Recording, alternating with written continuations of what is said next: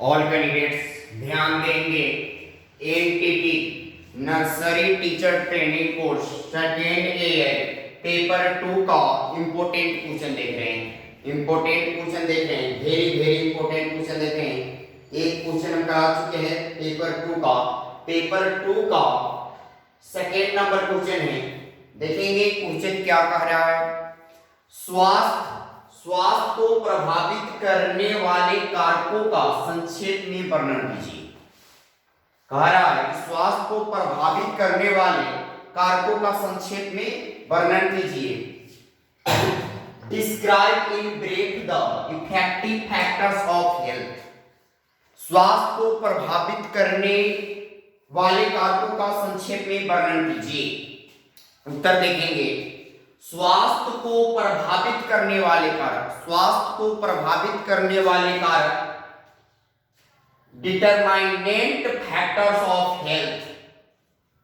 सबसे पहले यह स्मरण रखना चाहिए, सबसे पहले यह स्मरण रखना चाहिए कि स्वास्थ्य शब्द को केवल स्वास्थ्य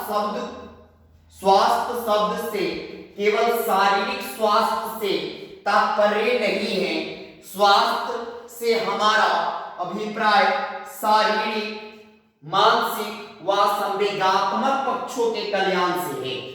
मतलब हमको ये नहीं कहना है कि स्वास्थ्य सिर्फ शरीर से ही खराब होता है, ये ध्यान में नहीं रहना चाहिए, बल्कि स्वास्थ्य शरीर और मानसिक और संवेगात्मक पक्षों को क्या ध्यान में रखकर कल्याण करता है। स्वास्थ्य के विषय में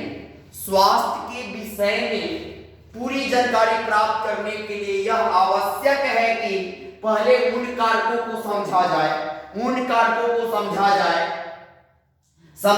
जो शारीरिक स्वास्थ्य के पक्षों को प्रभावित करते हैं। क्या करें, भले उन कारकों को हम लोग समझेंगे तो शारीरिक स्वास्थ्य को क्या करता है, प्रभावित करता है। निम्न कारक अंतः संबंधित है और व्यक्ति के शारीरिक स्वास्थ्य और उसकी समस्त क्रियाओं में अपने विशेष योगदान देते हैं। क्या करते हैं, विशेष योगदान देते हैं।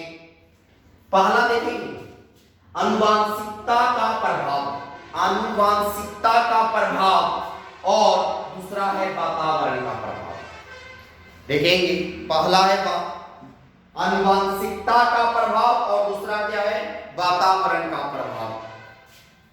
देखिए आनुवांशिकता का प्रभाव के बारे में हम लोग जानते हैं। आनुवांशिकता का प्रभाव के बारे में जानते हैं। वंशानुगत गुण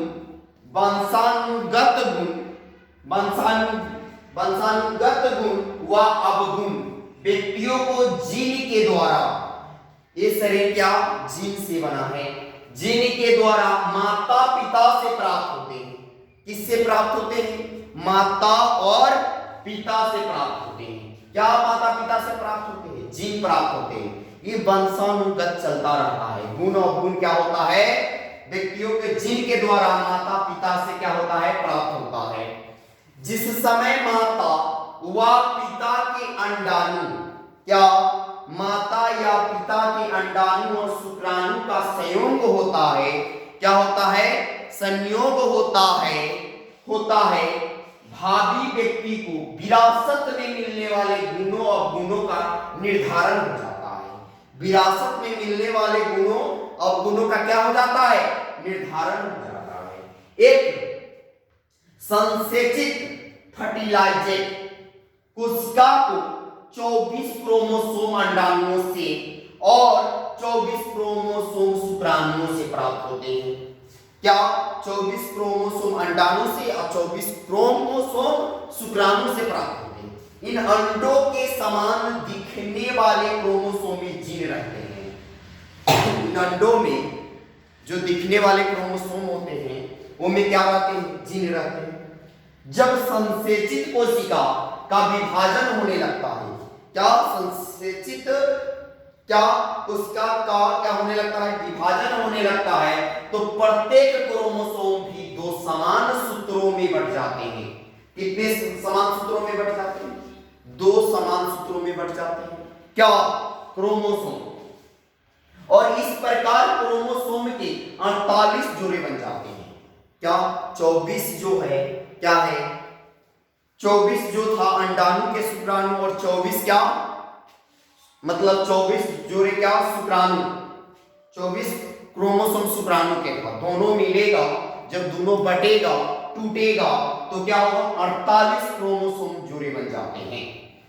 क्या 48 क्रोमोसोम जोड़े बन जाते हैं। विभाजन क्रिया के अंतर्गत प्रत्येक जोड़े में से क्या प्रत्येक जोड़ों में से एक एक क्रोमोसोम दोनों कोशिकाओं में पहुंच जाता है। क्या हो जाता है, एक एक क्रोमोसोम क्या हो जाता है, दोनों कोशिकाओं में पहुंच जाता है। इस प्रकार एक कोशिका से दो ऐसी कोशिकाओं का जन्म होता है जो पूर्णतः जन्मदायी कोशिका से के समान होती है। क्या जन्मदायी कोशिका के क्या होती है, समान होती है। फिर दोनों नई कोशिकाएं इसी प्रकार विभाजित होकर 4 कोशिकाएं बनाती है। इन कोशिकाओं के जीन आनुवंशिकता की विशेषताओं को भावी संतान तक पहुंचाने के माध्यम इसी कोशिकाओं से हम लोग क्या करते हैं, बच्चे को जन्म देते हैं। आप देखते हैं, एक आप देखिएगा, ए है, एक आप देख लीजिए, ए क्या है, ए बॉय है, ए क्या है, गर्ल है। क्या, ए गर्ल है। अब देखिए, अब क्रोमोसोम की बात हुई है, लड़का लड़की कैसे जन्म लेता है। देखिए, इसके पास क्या होता है, एक्स वाई होता है, इसके पास क्या होता है, एक्स एक्स होता है। आप देखेंगे ध्यान से बहुत सारे घर में महिलाएं जो होती है, जिसके घर में बहू आता है, वो क्या करता है, जब बच्चे को जन्म देता है, बेटा का, मान लीजिए बेटा हो या बेटी, बेटा का जन्म होता है तो उस घर में अच्छा सा उत्साह माहौल होता है, खुशी का माहौल गूंज उठता है। लेकिन वही क्या गर्भ होता है तो दुखी मन हो जाता है और उस औरत को क्या करता है, उसके सासू और बहुत सारे लोग उसको प्रताड़ित करते हैं। लेकिन नहीं, बहुधा उसका कोई गलती नहीं होता है, एक गर्ल का कोई गलती नहीं होता है तो बॉयज का होता है। कम से कम अपना बेटा में भी देखना चाहिए क्या चीज का कमी है। जब तक ये चीज नहीं, देखिए ध्यान से, मान लीजिए ये एक्स दिया, मान लीजिए ये एक्स दिया, एक्स एक्स मिलकर क्या बन जाएगा, गर्भ बन जाएगा। और क्या इसी में वाई ये देता तो एक्स और वाई मिलकर क्या बनता, बॉय बनता। तो ये दे क्या है, यही तो दे रहा है, ये जो है एक्स वाई जो क्या है, यही तो क्या है, ये क्या है, क्रोमोसोम डाल रहा है। ये मतलब ये जीन जो जीन डालता है और ये दोनों अंडाणु और शुक्राणु टकरा कर मिलता है, तब क्या बनता है, लड़का या लड़की का निर्माण होता है। तो आप यहाँ देख रहे हैं क्या कि मतलब ये सब का है, ये चीज है। अब कहेगा कि इसमें दोष कौन है, तो गर्भ का भी नहीं है, नहीं बॉयज का है। ये प्राकृतिक है, ये कौन जानता है, ये क्या है, विरासत में मिला हुआ एक गुण अवगुण है। विरासत में मिला हुआ गुण या गुण है तो लड़की कहेगा लड़कावा का कमी है, ना ये तो गलत है।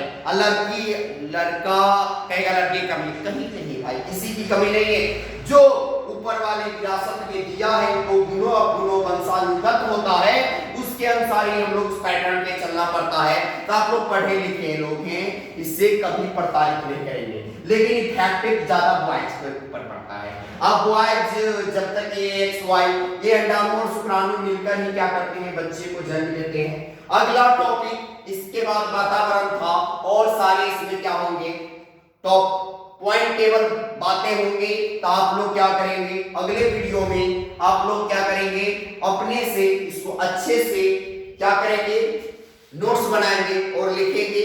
हम अगला क्वेश्चन VVI लेकर आएंगे अगले वीडियो में।